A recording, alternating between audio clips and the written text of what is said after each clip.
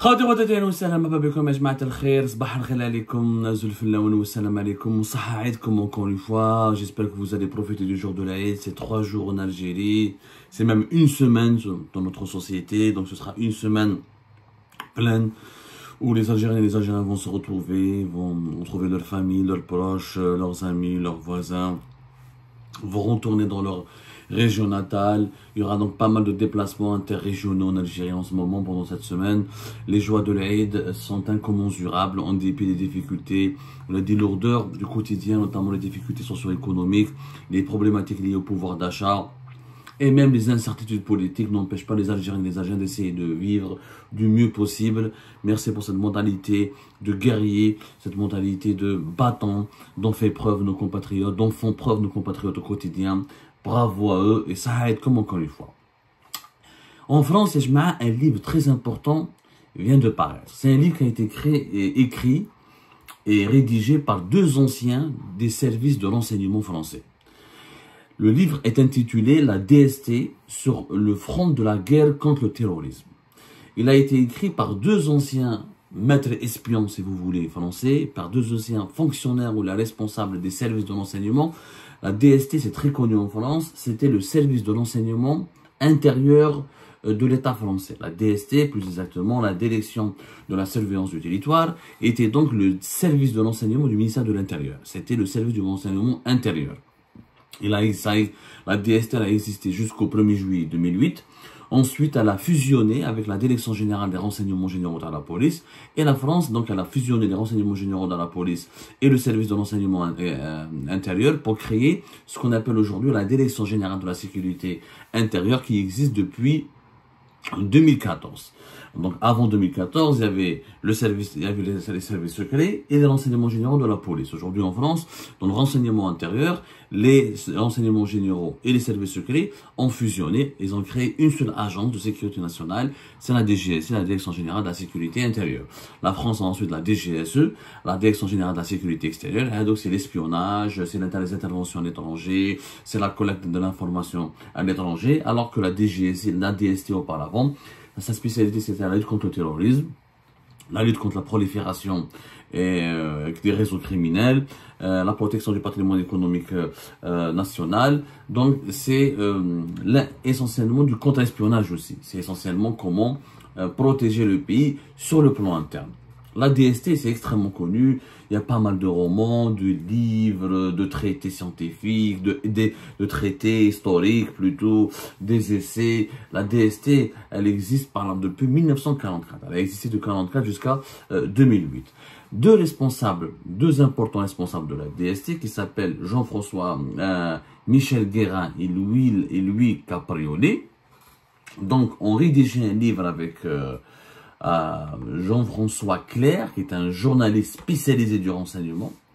C'était non, pardonnez-moi, même Jean-François Clerc, c'est un ancien directeur adjoint de la direction de la surveillance du territoire. Donc en fait, ils sont trois anciens hauts fonctionnaires de la DST.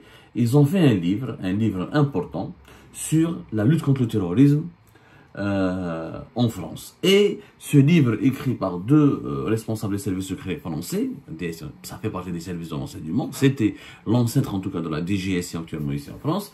Ils ont fait pas mal de révélations sur, comment on appelle ça, l'Algérie, sur les relations entre la France et l'Algérie, sur la relation entre les services secrets français et algériens, et sur la place de l'Algérie dans l'architecture sécuritaire française. Le livre il est extrêmement intéressant. Wallah jama'a, il est extrêmement intéressant.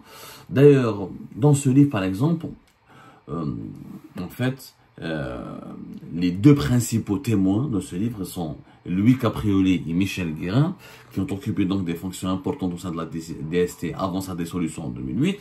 Ils ont raconté leurs souvenirs, ils ont écrit quelque chose de leur mémoire. D'ailleurs, le livre, il a été relu et corrigé, relu et contrôlé, voilà, relu et contrôlé par l'actuelle direction générale de la DGSI. C'est-à-dire on ne peut pas, parce que quand on est un ancien maître espion, un ancien responsable des services secrets, vous voyez, même dans les pays démocratiques, c'est extrêmement long. La prise de parole des anciens espions, là, des anciens responsables des services secrets, elle est très contrôlée, parce qu'ils ont un devoir de réserve, et des secrets d'État, et des secrets de défense qui ne peuvent pas être dévoilés. Donc, les deux principaux témoins, les deux principaux auteurs de ce livre, Louis Caprioli et Michel Guérin, ont été, avant de faire paraître leur livre, avant que leur éditeur ne publie le livre, et la DGSI a été à contrôler, a relu, a demandé à ce que des extraits soient retirés. En tout cas, le contenu final a été approuvé par la DGSI. Donc, ce livre a reçu une approbation de la part de la Direction générale de la sécurité intérieure. Sur l'Algérie, par exemple, alors, les deux anciens responsables de la DST, parmi eux, Louis Caprioli, il était par exemple sous-directeur chargé de l'antiterrorisme. C'est pas n'importe quoi. Il nous raconte par exemple des révélations importantes. Par exemple, juste avant le mondial de 1998, la France elle a démantelé une cellule du JIA. Le JIA, c'est le fameux groupe armé islamique armé qui a sévi en Algérie, qui a fait des massacres atroces en Algérie durant les années 90.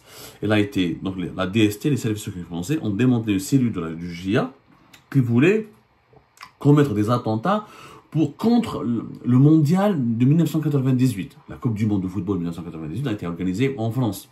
Elle a été d'ailleurs remportée par la France. C'est la fameuse finale France-Brésil, où Zidane a marqué, je crois, 2 buts. 2 buts, c'est ça? Si mes souvenirs ne me trahissent pas. Et c'était le premier trophée.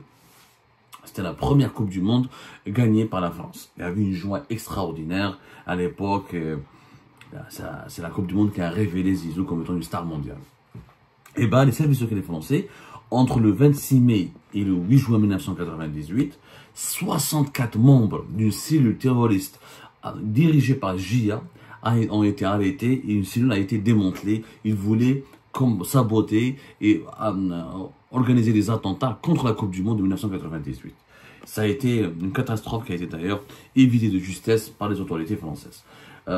Concernant justement, ce qui est intéressant dans ce livre, c'est que on va vous raconter plusieurs extraits, on va essayer de le développer, de l'analyser en profondeur dans les prochaines émissions, en vous lisant quelques extraits importants. Les responsables de les anciens responsables de la DST française, par exemple, ont dénoncé, ou là, ils ont démenti catégoriquement la fameuse théorie le Kituki.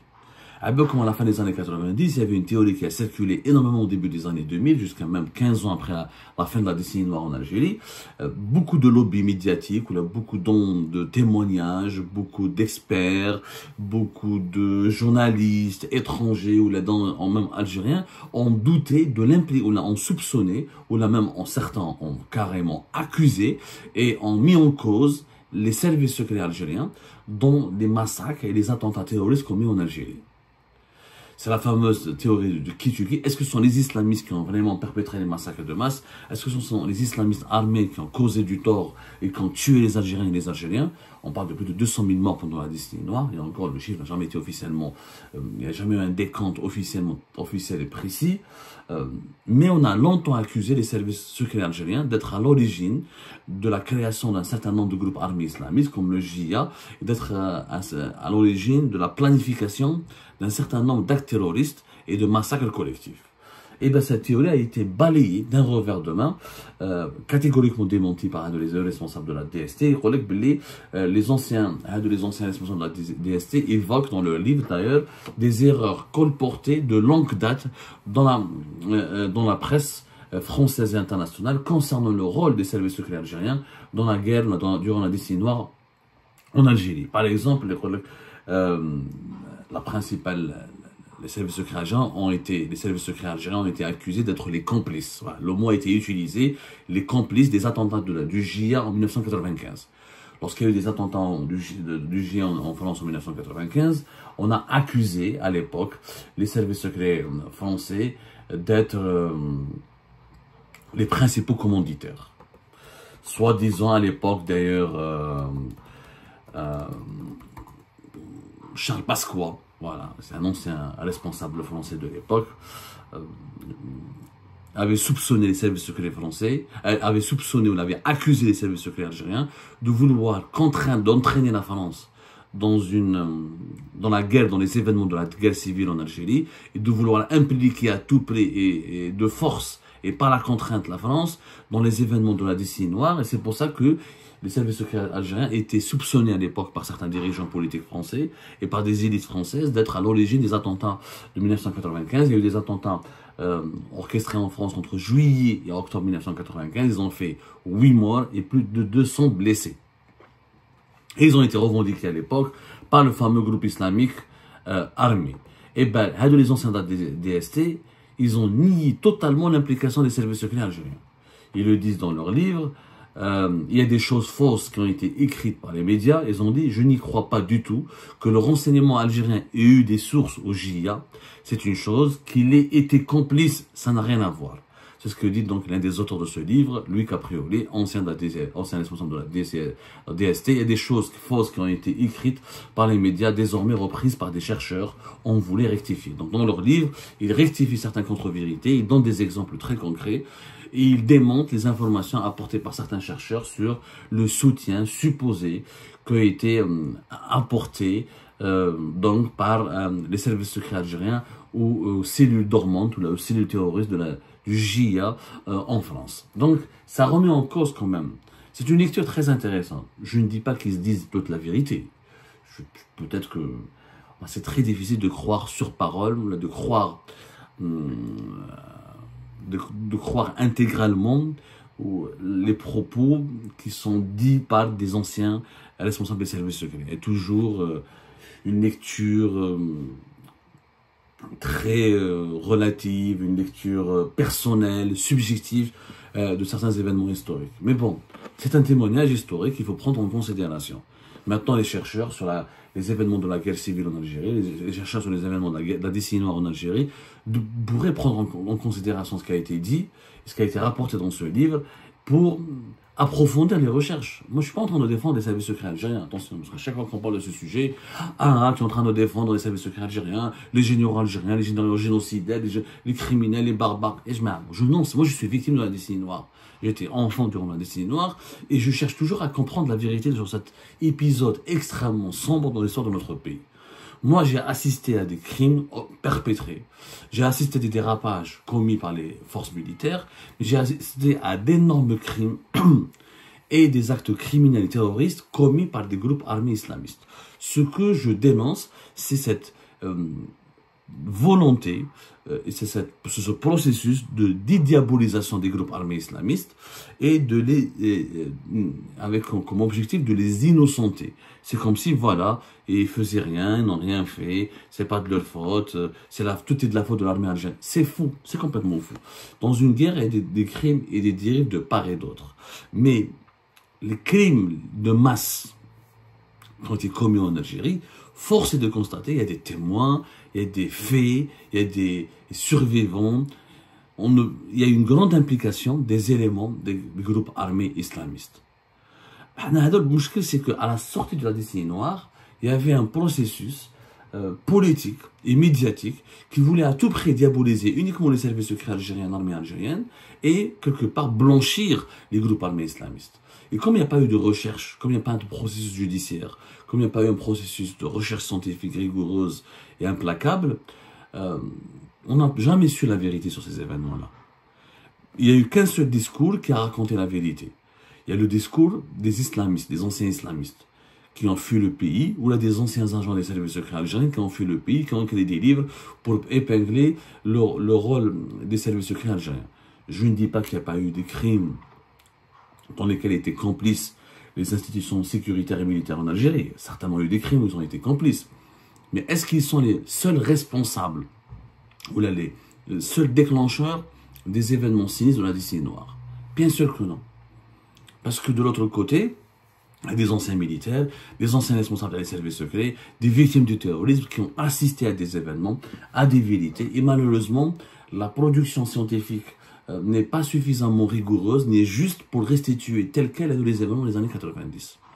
Où je finis même à dire la théorie de blanchir les groupes armés islamistes, Elle s'est heurtée à de grandes difficultés. Ensuite, lorsqu'il y a eu le terrorisme international commencé depuis les événements du 11 septembre, ensuite Daesh, ensuite Al-Qaïda, on a compris que tout n'est pas de l'œuvre des services secrets, tout n'est pas l'œuvre de l'armée algérienne, puisqu'il y a vraiment une idéologie fanatique, une idéologie djihadiste, une idéologie islamiste qui peut être manipulée par certains États, alimentée par certains lobbies sécuritaires et militaires de certains États, mais elle est authentique. Il existe des groupes armés islamistes qui sèment la terreur et qui veulent faire du mal aux populations civiles.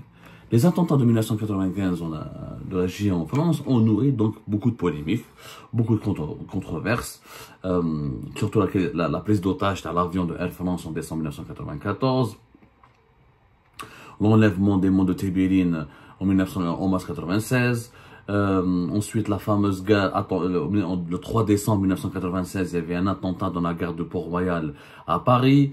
Ensuite, il y avait l'attentat du 25 juillet 1995, l'attentat RERB à Saint-Michel. Donc, il y a eu plusieurs actions armées et terroristes qui ont causé des morts, qui ont causé des blessés. Et on a accusé, on en parlera plus tard, hein, avec plus de détails. On va essayer de lire le livre attentivement, parce que juste après les attentats, on a identifié des personnages, on les a accusés d'être d'anciens, des agents des services secrets algériens. Ce livre dément le contraire, il dit qu'effectivement les groupes ont été infiltrés par les services secrets algériens, les cellules de la JIA en France, mais ça ne veut pas dire que ce sont les services secrets algériens qui les contrôlaient ou qui les ont poussés ou les incités à faire des attentats sur le territoire français. C'est une lecture très intéressante, nouvelle. C'est pas la première fois que les services secrets algériens sont défendus par des livres ou des documentaires en France, mais c'est la première fois que des anciens responsables des services secrets, de la DST française, font des témoignages, écrivent leurs mémoires. Ils parlent aussi ouvertement et sans gêne de la relation avec l'Algérie. Ces révélations sont vraiment à prendre en compte et elles peuvent nous éclairer, encore une fois, sur les dessous de la décennie noire en Algérie et leur impact et l'impact de cet événement tragique en Algérie sur l'actualité en France.